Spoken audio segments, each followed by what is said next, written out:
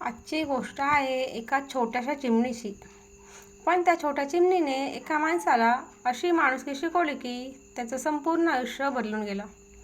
ही गोष्ट आहे मनाला स्पर्श करणारी आणि शेवटपर्यंत ऐकल्यावर कदाचित तुमच्या डोळ्यातही पाणी येईल. एका गावात शंकर नावाचा एक माणूस राहत होता. शंकर खूप कष्टाळू होता, पण स्वभावाने थोडा कठोर झाला होता.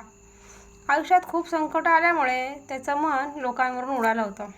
त्याला वाटायचं जगात कोणी कोणाचं नसतं, प्रत्येकजण फक्त स्वतःसाठी जगतो. त्याच्या घरासमोर एक मोठं जुनं झाड होतं. त्या झाडावर रोज अनेक पक्षी येऊन बसायचे. त्यात एक छोटी चिमणी पण होती. ती रोज सकाळी येऊन त्या झाडावर बसायची आणि चिवचिव करायची.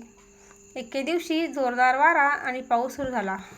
वादळ इतकं भयानक होतं की अनेक झाडांच्या फांद्या तुटून पडल्या. सकाळी शंकर घराबाहेर आला तेव्हा त्याला झाडाखाली काहीतरी हलताना दिसलं. तो जवळ गेला तर त्याला ती छोटी चिमणी दिसली. तिचं पंख जखमी झालं होतं. ती उडू शकत नव्हती. शंकरने सुरुवातीला तिच्याकडे दुर्लक्ष केलं. त्याला वाटलं ही निसर्गाचीच गोष्ट आहे, मला काय करायचं आहे. पण तो आत जाणार इतक्या चिमणीने हलक्या आवाजात चिवचिव केली. त्या आवाजात एक वेदना होती, एक हाक होती. शंकर थांबला. त्याने पुन्हा मागे वळून पाहिलं. ती छोटी चिमणी त्याच्याकडे बघत होती, जणू मदत मागत होती. शंकरच्या मनात अचानक काहीतरी हललं. त्याने हळूच तिला उचललं आणि घरात आणलं. एका छोट्या डब्यात कापूस ठेवून त्या चिमणीला बसवलं. तिला थोडं पाणी दिलं. पहिल्या दिवशी चिमणी खूप घाबरलेली होती, पण हळूहळू ती शांत झाली. शंकर रोज तिची काळजी घ्यायला लागला. थोडं धान्य ठेवायचा, पाणी ठेवायचा. काही दिवसांनी चिमणीचा पंख हळूहळू बरा होऊ लागला. ती घरात थोडीफार उड्या मारू लागली. त्या दिवसात शंकरचं आयुष्यही बदलू लागलं. तो रोज चिमणीपाशी बोलायचा. कशी आहेस तू असं विचारायचा, तरी चिमणी उत्तर देत नसे. पण तिची चिवचिव ऐकून शंकरच्या चेहऱ्यावर हसू यायचं. एके दिवशी शंकरने विचार केला, मी इतकी वर्ष लोकांपासून दूर राहिलो, पण ही छोटी चिमणी मला रोज आनंद देते. काही दिवसांनी चिमणी पूर्ण बरी झाली. आता ती सहज उडू शकत होती. शंकरने खिडकी उघडली आणि म्हणाला, जा, आता तू मोकळी आहेस. चिमणी खिडकीत बसली, पण ती लगेच उडून गेली नाही.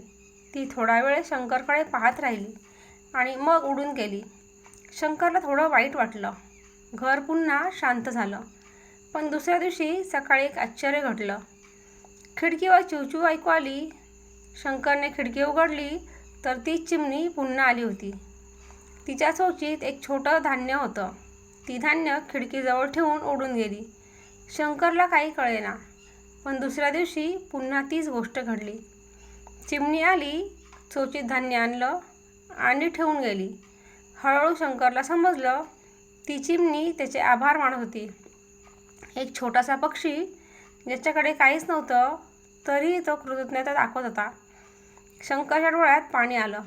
त्याने मनात विचार केला, मी इतकी वर्ष लोकांना दोष देत बसलो, पण माणुसकी अजूनही जिवंत आहे. त्या दिवसानंतर शंकर बदलला. तो गावातील लोकांना मदत करू लागला. एखादा गरीब दिसला तर त्याला अन्न द्यायचा. एखादा जखमी प्राणी दिसला तर त्याची काळजी घ्यायचा. लोक म्हणायचे, शंकर इतका बदलला कसा.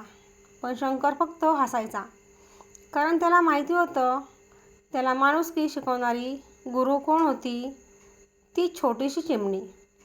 कधीकधी मोठे मोठे उपदेश आपल्याला बदलू शकत नाहीत, पण एका छोट्या कृतीतून आपण आयुष्याचा सर्वात मोठा धडा शिकतो. माणुसकी. माणुसकी म्हणजे मोठं काम करणं नाही, तर छोट्या छोट्या कृतींमध्ये प्रेम दाखवणं. जर तुमच्या आयुष्यातही कधी एखादी छोटी घटना तुम्हाला बदलून गेली असेल तर आजच एखाद्याला मदत करा, कारण माणुसकी हीच खरी संपत्ती आहे. जर तुम्हाला ही कथा आवडली असेल तर व्हिडिओला लाईक करा, तुमच्या मित्रांसोबत शेअर करा आणि अशाच भावनिक व प्रेरणादायी कथा ऐकण्यासाठी आपल्या चॅनलला नक्की सबस्क्राईब करा विसरू नका. नमस्कार.